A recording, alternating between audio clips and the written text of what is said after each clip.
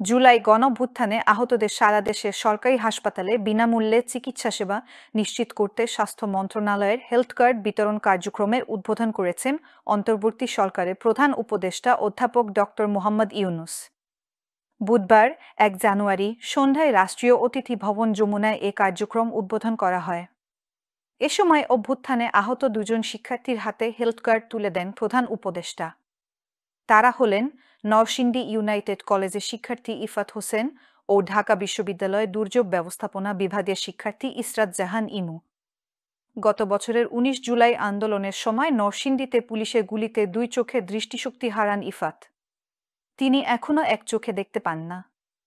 অপরদিকে ১৫ জুলাই ঢাকা বিশ্ববিদ্যালয় এলাকায় নারী শিক্ষার্থীদের উপর নিষিদ্ধ ঘোষিত ছাত্রলীগের হামলায় গুরুতর আহত ইসরাত বর্তমানে বিএসএমএমইউতে চিকিৎসাধীন আছেন। তাদের দুজনের সঙ্গে কথা বলে চিকিৎসা সেবা ও অন্যান্য বিষয়ে খোঁজ নেন প্রধান উপদেষ্টা। স্বাস্থ্য মন্ত্রণালয় জানায়, জুলাই গণঅভ্যুত্থানে আহত যোদ্ধাদের মধ্যে প্রতি সপ্তাহে নির্দিষ্ট জেলায় হেলথ কার্ড বিতরণ করা হবে।